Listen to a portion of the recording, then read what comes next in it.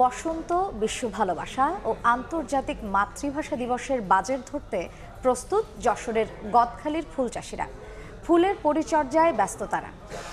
এই 3 দিবসে অন্তত 100 কোটি টাকার ফুল বিক্রির আশা চাষিদের। আবুল কালাম আজাদের ছবি ও জুয়েল মৃধার তথ্য নিয়ে রিপোর্ট।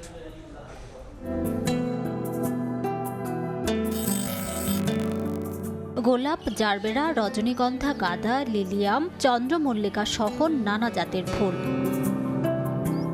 পুরো গদখালি পানিসারা অঞ্চল সেজেছে ফুলের সাজে। মাঠে মাঠে শোভা পাচ্ছে হৃদয় আকৃষ্ট করা এসব ফুলে। ফুলের রাজধানী যশোরের ঝিকরগাছা উপজেলার গদখালি, পানিসারা ও এর আশপাশের এলাকায় বাণিজ্যিকভাবে চাষ হয় ফুল। চলতি মৌসুমে অতিবৃষ্টির কারণে ফুলের উৎপাদন কিছুটা ক্ষতিগ্রস্ত হলেও আসন্ন বসন্ত, বিশ্ব ভালোবাসা ও আন্তর্জাতিক মাতৃভাষা দিবসের বাজার সামনে রেখে ব্যাপক প্রস্তুতি নিয়েছেন ফুল চাষিরা। উৎসব পর্যন্ত ফুল ধরে রাখতে পোকার আক্রমণ ও পচন রোধে নিচ্ছেন পরিচর্যা। ভালো দাম পাওয়ার আশা চাষিদের।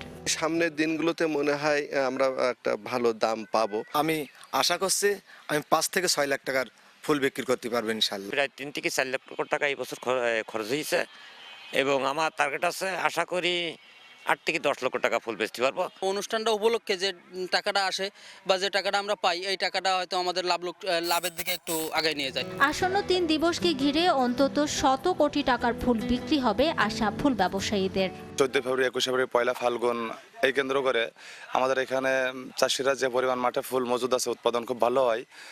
ইনশাল্লাহ এখান থেকে 100 কোটি টাকার উপরে আমরা ফুল বিক্রি করবো এমনটা আশা করতেছি।